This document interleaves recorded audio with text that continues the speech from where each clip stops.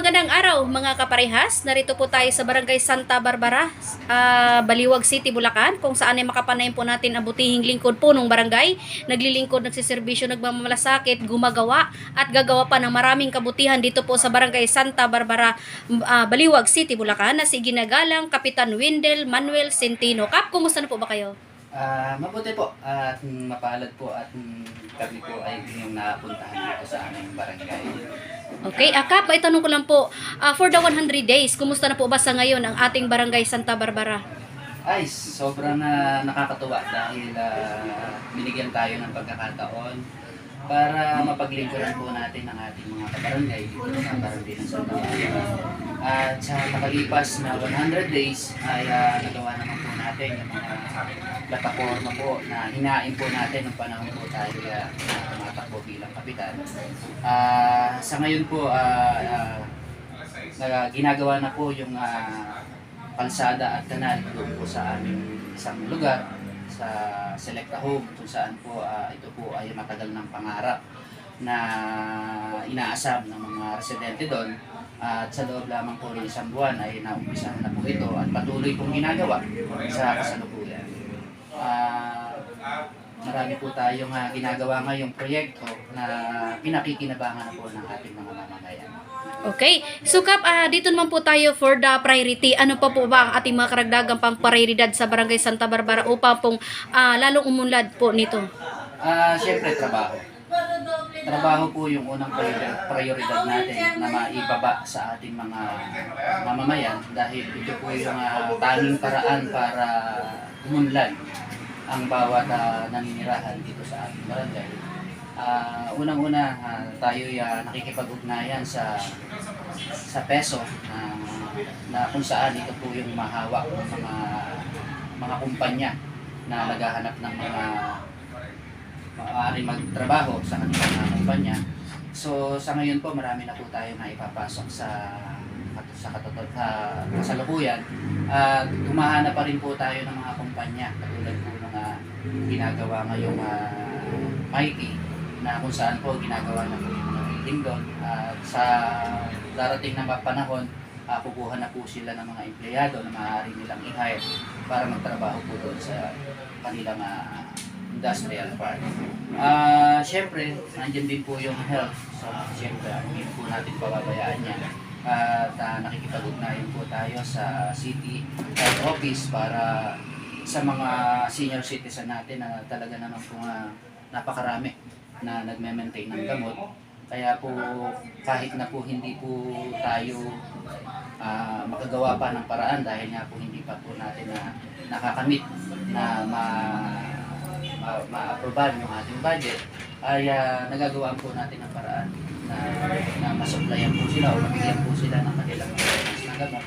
Siyempre, nandiyan din po yung mga malnourished natin na talaga naman po bumababa na po yung porsyento, madaling salita,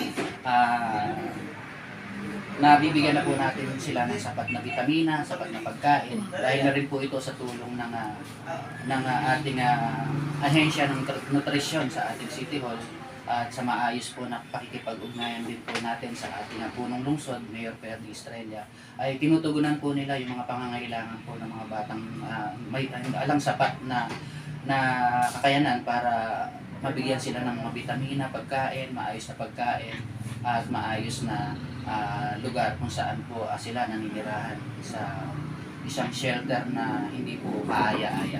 Kaya po yan po yung isa sa mga priority po natin na tinututukan. Isa pa po rito yung ating mga dapat na ipagawa tulad po ng mga kanal natin, mga drainage na tunay nga po na nagiging problema po sa tuwing na dumarating po yung tag-ulan ay dinadanas po namin yung pagbaha dahil nga po sa walang kawalan ng drainage system dito po sa aming lugar. Kaya po yun po yung isa sa mga ating ipa-priority na gagawin po ito na dito po mga panahon na to bago po sumapit yung bagyo o tag-ulan.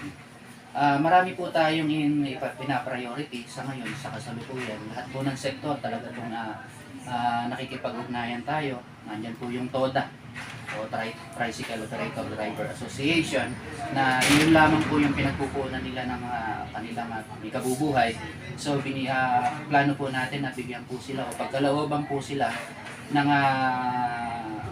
sapat na puhunan para magamit po nila sa kanilang tricycle.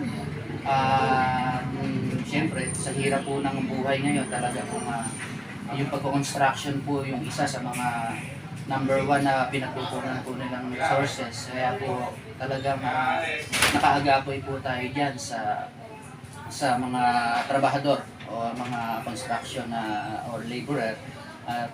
Bibigyan po natin ng konting ayuda o tulong para po makatulong po sa kanilang pamilya, yung kanilang mga anak na mag-aaral po dito sa ating barangay, sa ating eskwelahan.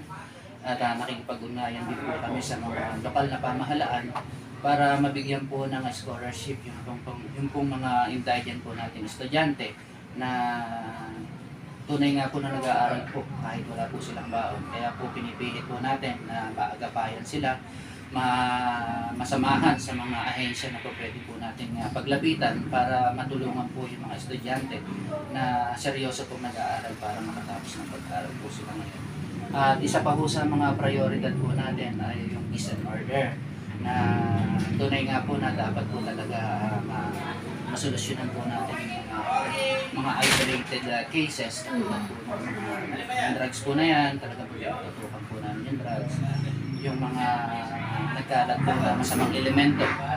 Nakabantay po ang ating mga katanuran sa bawat sulok po ng aming barangay para mailang po yung mga masasamang elemento na nais po magtungo dito sa aming barangay. Yan po yung mga priority po natin at isa pa yung pag-aayos po ng mga lansangan natin, kalinisan. Talaga pong araw-araw po tayong gumagawa ng paraan para po ito'y malinis sa tulong po ng mga samahan, lalong-lalo na po yung 4Ps. Yan po, nakakatuwang po natin yan, yung mga volunteers organization, yung mga civic group organization, yan po yung mga nakakatuwang natin para sa aming kalinisan dito sa aming barangay.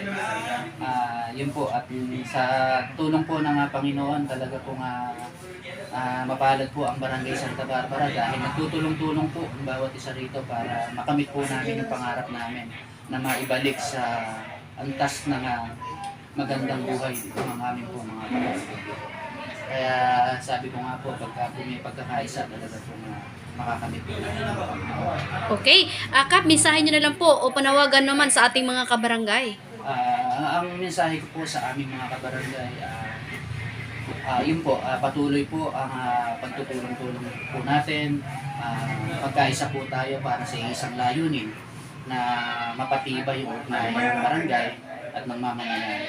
Kasi wala pong ibang magmamahalan kundi po bawat isa sa amin. Kaya sabi ko nga po, ang politika isang araw lang. Kung meron mang hindi pagkakaunawa nung nakaraang eleksyon, ito na po yung pagkakataon para kami ay magkaisa, magsama-sama para sa makamit namin yung pangarap.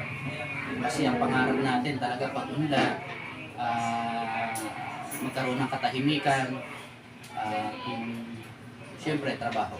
Tulong-tulong tayo, maghanap tayo ng pwedeng mapasukan ng mga kamag-anak natin na walang trabaho para lahat maabot natin yung ating pangarap na mapag-aral natin yung ating mga anak, mabili natin yung ating gustong bilhin sa tulong ng pagkakaisa. Siyempre, lagi tayong mananalangin sa Diyos dahil ito po yung ating magiging sentro upang makamit natin yung ating pangarap na gustong mangyari sa ating buhay. Siyempre, dapat tuloy-tuloy. Hindi lamang ngayon, dapat bukas at sa mga darating na mga. Kaya salamat po sa aming mga kabarangay.